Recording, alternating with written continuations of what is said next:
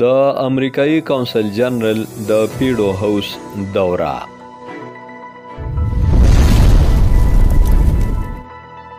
د توانایۍ په منصوبو د اطمینان څرګندونه. صوبه کې په 2000 میگاواټ د توانایۍ منصوبو باندې کار کوو. د پیډو چیف ایگزیکټیو. د منصوبو په وخت ترسره کولو لپاره ملکي او بهرنۍ سرمایه‌کاري مهمه ده. انجینیر محمد نعیم خان.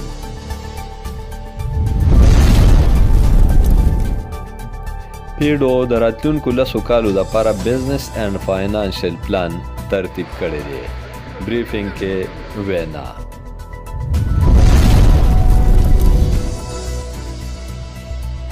تفصیلات.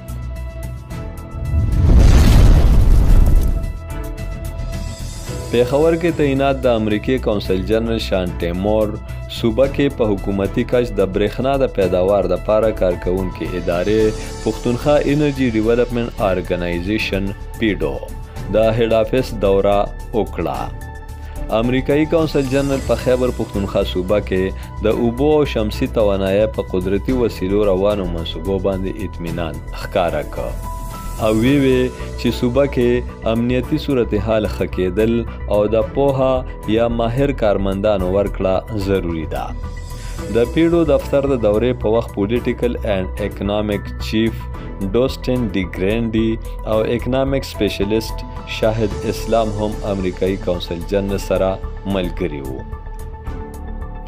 د پیډو چیف ایگزیکټیو انجینیر محمد نعیم خان د امریکایي کونسلیت عہدیدارانو ته په صوبه کې د پیډو د روانو منصوبو په حقله کوټلي معلومات ورکړل او وی چې پیډو په صوبه کې د 2000 میگاواټ بجلی د پیداوار په منصوبو کار کوي. په دغه منصوبو کې په حکومتي کچ 201 میگاواټ، د نجی شعبې په مرسته 800 میگاواټ او پبلک پرایویټ پارټنرشپ لاندې د 480 میگاواټه منصوبې شامل دي.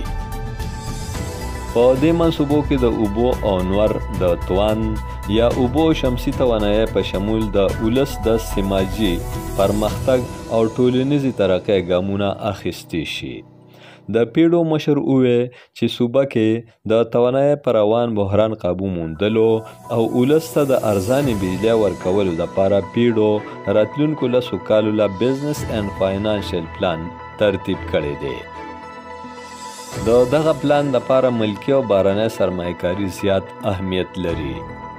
د پیډو مشر انجینیر نعیم خان د برېښنا په ځینو منصوبو کې د امریکې د مالی مرستې لپاره تجویزونه هم ورکړل چې پکې د نوو ټرانسمیشن لاینونو جوړول، د ریسورس سنټر او موبایل ورکشاپونو قیام او د پیډو د سولرایزیشن په شمول د توانایۍ د روانو منصوبو په وخت سرته رسولو لپاره د فاینانسینګ تجویزونه شامل دي.